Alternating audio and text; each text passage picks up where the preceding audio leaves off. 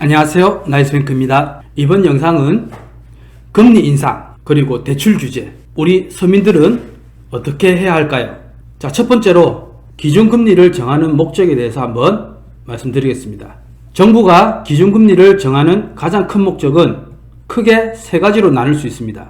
첫 번째, 현재 시장에 돈이 얼마나 돌고 있는지를 파악을 하고, 그리고 두 번째, 통화정책과 경제활동이 어떻게 작용하고 있는지 평가를 합니다. 그리고 세 번째로 개인과 기업의 경제활동을 촉진할 것인지 아니면 다소 진정시킬 것인지를 결정합니다. 이 세 가지를 고려하여 기준금리라는 경제지표를 정하게 되는 것입니다. 자, 그러면 기준금리가 오르면 어떻게 될까? 기준금리를 올리게 되면 콜금리는 즉시 올라가게 됩니다. 콜금리란 무엇인가? 은행, 증권사, 보험사와 같은 금융기관들이 서로 돈을 빌릴 때 적용되는 금리입니다. 콜금리는 돈이 없어서 빌린다기보다는 당장 필요한데 타이밍이 맞지 않아서 빌리는 돈이기 때문에 30일 이내로 주고받는 상황에 적용됩니다. 그래서 콜금리가 상승하면 은행이 돈을 빠르게 굴리면서 금융시장을 이끌어가는데 비용이 더 많이 들기 때문에 다른 금리도 전반적으로 따라오르게 되어 있습니다. 자, 기준금리의 상승과 하락은 단기 시장금리, 그리고 장기 시장금리, 은행 예금금리나 대출금리 같은 금융시장의 모든 금리 분위기를 바꾸게 됩니다. 이 기준금리가 올라가게 되면은 대출 심사가 까다로워집니다. 기준금리가 올라가면 앞으로 정부와 중앙은행이 시장에 돈을 덜 풀 거라는 뜻이기 때문에 금융기관은 기업과 개인의 대출을 실행하기 전에 심사할 때 더욱더 까다롭게 보게 됩니다. 그리고 두 번째로 돈의 가치가 높아집니다. 금리가 올라가면 돈의 가치는 높아집니다. 그러면 부동산이나 상품 재고 같은 실물 자산의 값어치가 하락합니다. 실물 자산은 유지 비용이 많이 들기도 하고 실물 자산 대신 현금으로 갖고 있을 때 받을 수 있는 이자가 비교적 더 많아지기도 하니까 말입니다. 자, 그리고 세 번째로 보면은 금융 관련 주가에 영향이 있습니다. 금리가 올라가면 금융 관련 주가가 오르기도 하는데 그 이유는 이자율이 오르면서 은행의 이자 수익이 늘어나기 때문에 수혜를 보기 때문입니다. 증권업종과 보험업종도 비슷하게 움직이는 경향이 있습니다. 하지만 금리가 오른다는 것은 시중에 돈을 덜 풀겠다는 내용이기 때문에 증시 전반적으로 활력이 떨어지게 되어 하락기가 오게 됩니다. 자, 우리나라가 기준금리를 올린다면 결국 그 뒤에는 미국의 기준금리가 이야기 있기 마련입니다. 미국이 기준금리를 움직였을 때 우리나라는 어떠한 영향을 미치는지 본다면 우리나라의 기준금리가 움직이는 것을 이해할 수 있습니다. 그래서 미국이 기준금리를 올리게 되면 우리나라도 거기에 따라서 어쩔 수 없이 우리나라도 기준금리를 올릴 수밖에 없다, 이런 분위기로 보통 잘 흘러가고 있습니다. 그래서 우리들의 관심사는 그럼 무엇이냐? 현재 소유 중인 부동산이 오르느냐 떨어지느냐, 그리고 전세 만기가 다가오는데 전세 보증금을 어떻게 내줘야 되느냐, 담보대출 변동금리로 사용 중인데 금리가 도대체 얼마나 오를 것이냐, 그리고 이사를 가야 하는데 내 집이 팔리기 전에 이사를 가야 한다면 대출을 어떻게 받아야 하나, 이런 내용들이 우리 일상생활의 관심사이고 우리 서민들이 생활고 그리고 실생활에 가장 영향을 미치는 겁니다. 그래서 기준금리가 오르고 금리가 지금 급격하게 우리나라도 올라가고 있습니다. 자, 그러면 현재 금리 인상, 이러한 부분들을 어떻게 해야 하는가? 지금 같은 금리 인상은 경기 침체를 인정하면서 어느 정도 지속될 것이라는 걸 받아들여야 합니다. 부동산을 매수하신 분들이나 신축 아파트 분양받으신 분들, 그리고 유동자금이 없다라고 하시면 매우 힘들어질 것으로 보여집니다만 딱히 방법이 없습니다. 상승론과 하락론을 신경 쓸 때가 아니라고 생각을 하고 있습니다. 저는 금리 인상기에 부동산이 오른다는 분들 말은 틀린 말은 아닙니다. 부동산이 상승하는 시기라면 그렇게 된다는 말이고, 부동산 시장이 지금처럼 조정장이거나 관망 그리고 하락 추세에 있을 때 금리 인상은 독약입니다. 독약. 자, 지금 어떻습니까? 금리는 불과 얼마 전까지만 해도 2%대 3%대였습니다. 그러나 지금은 금리가 얼마입니까? 현재 금리는 6%가 넘어가고 있습니다. 은행이 이런데 그러면 이금융은 어떻겠습니까? 이금융은 더 많이 올라가지 않겠습니까? 자, 그러면 이렇게 금리가 올라가면 내 집 마련을 하거나 아니면 지금 대출을 받아서 내 집 마련을 하신 분들, 이러한 분들은 이자를 2배, 3배 내야 됩니다. 지금 현재 그런 상황이고요. 자, 그러면 돈이 있는 사람들은 대출을 받아서 집을 사겠습니까? 그렇지 않거든요. 결국 대출을 받아서 집을 사거나 전세를 들어가거나 하시는 분들은 다 서민들입니다. 서민들만 죽어나가는 거죠. 지금 현재 어떻습니까? 상가를 보시면 한 집 건너 한 집이 문을 닫고 임대를 내놨습니다. 그건 나가지도 않아요. 집도 마찬가지입니다. 매물은 엄청나게 쌓이고 있습니다. 그러나 매수는 없습니다. 이러한 부분들은 결국은 서민들만 죽어나가는 것입니다. 물론 기업들도 마찬가지로 힘들겠지만 또 기업이 힘들다 하면 정부에서 어느 정도 지원책을 마련을 하거든요. 그럼 서민은요? 서민은 지원책을 마련해 줍니까? 안 해줍니다. 지금 어떤 현상이 생깁니까? 자, 금리 인상. 금리 인상뿐만이 아니라 금리 인상이라 하더라도 그러면 우리가 이자를 높게 내고 있단 말이죠. 이자를 높게 내고 있는데 그러면 버티기라도 할 수 있게끔 정책을 마련해 줘야 되지 않겠습니까? 그럼 어떻게든 우리가 지금 당장 힘이 들어서 대출을 신청해야 된단 말이죠. 그 대출을 신청해야 되는데 대출도 지금은 규제가 심합니다. 대출 규제도 심하다 보니까 뭐 DSR이라든지 뭐 DTI라든지 뭐 신용 등급 또한 마찬가지로 높게 책정을 하고 그러면 서민들은 어떡합니까? 대출도 안 돼요. 이자는 2배, 3배 올라가고 있어요. 결국은 뭡니까? 서민들은 연체를 하게 되죠. 연체 이후에는 뭡니까? 부도가 나는 거죠. 지금 현재 이러한 절차를 밟고 있는 중입니다.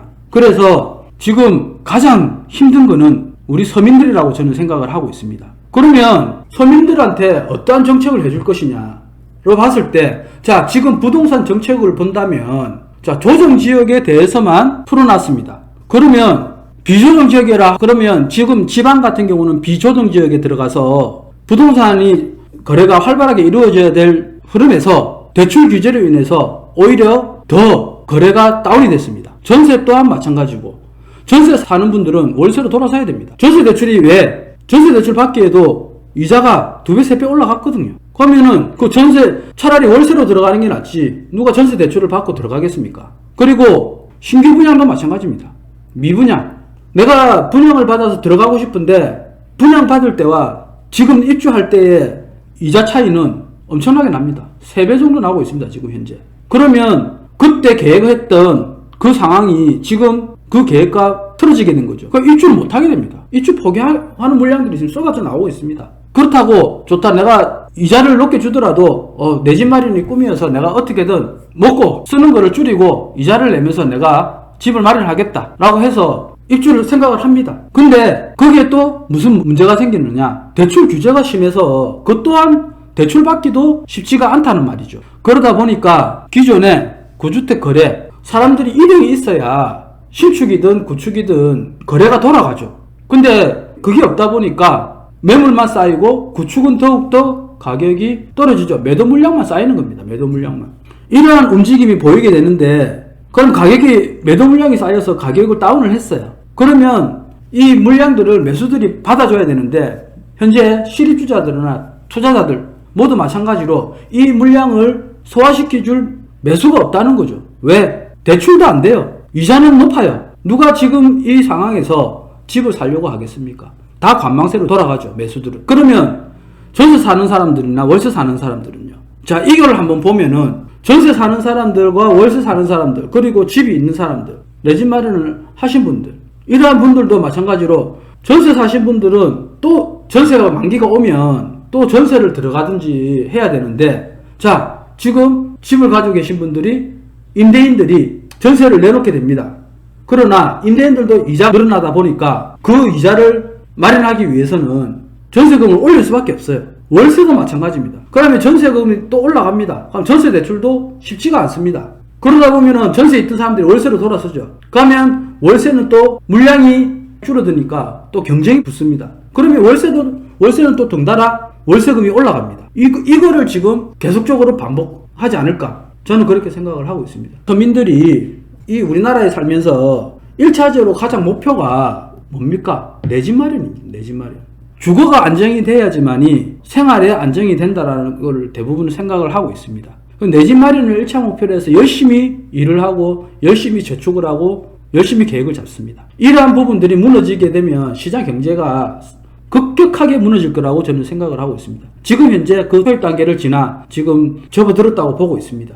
당장은 전세 가격이 내려가고 매매가가 다시 전세 가격을 쫓아가는 이러한 상황이 되지만 결국은 거래가 활발하게 이루어져야지만이 이 부동산 전국이 안정이 될 거라고 저는 생각을 하고 있습니다. 그러면 이자가 높아지는 거는 지금 세계 정세 흐름상 금리가 대부분 물가를 잡아야 된다라고 생각을 해서 금리를 올리고 있는 상황이기 때문입니다. 그럼 우리나라도 마찬가지로 거기에 역행을 할 수는 없는 거죠. 자, 그러면 그 이자는 올라간다라고 봅시다. 그러면 우리 서민들은 한 달 수익이 뻔하지 않습니까? 잘 버시는 분들을 제외하고요.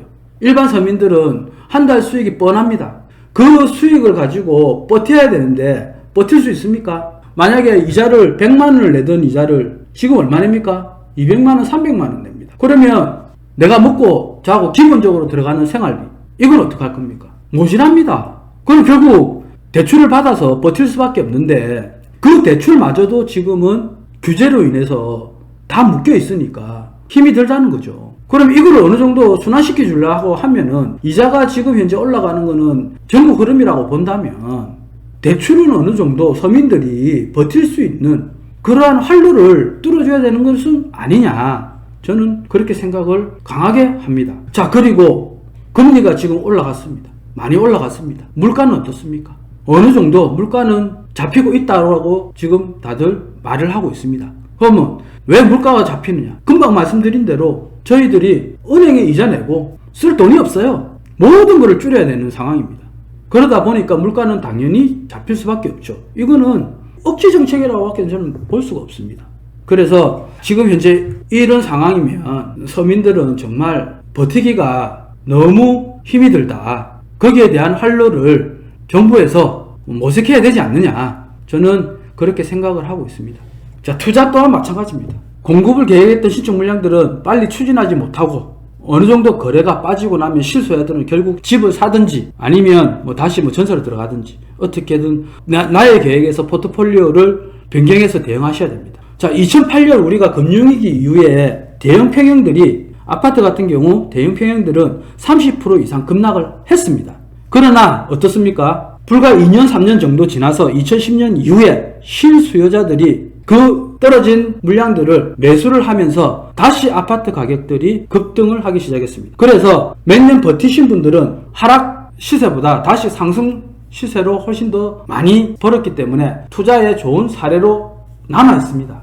지금이 이러한 시기가 될 수가 있습니다. 그러나 지금 이러한 시기가 될 수 있지만 이거는 뭐냐? 일반 서민들은 지금은 쳐다보기 힘들다는 거죠. 지금 현재 정세로 본다면 좀 더 일반 서민들은 버티는 시기, 버텨야 한다 라고 저는 생각을 합니다. 자, 코로나 사태 이후에 대출받은 자영업자, 소상공인 사장님들 모두 힘드실 거라고 생각이 됩니다. 이 어려운 시기를 잘 극복하시기를 바라면서 앞으로 어떤 위기가 와도 흔들리지 않는 상황을 만들어 가야 할 것입니다. 물론 이게 자의적으로도 힘들 거라고 예상은 하고 있습니다. 그러나 이 어려운 시기에 어떻게든 내가 버티려고 한다면 내 수입보다 지출이 많기 때문에 내가 가진 재산으로 부동산으로 대출을 받을 수밖에 없습니다. 그러한 부분들 지금 현재 많이 대출을 어떻게 받아야 하는지 이러한 부분들도 상당히 힘이 드실 거라고 생각을 합니다. 그러한 부분들 상담이 좀 필요하시다고 한다면 저희 나이스뱅크로 상담을 해보시면 조금이나마 도움이 될 것이라고 생각을 합니다. 이번 영상도 도움이 되셨다면 구독과 좋아요 그리고 알림 설정까지 부탁드리겠습니다. 나이스뱅크였습니다. 감사합니다.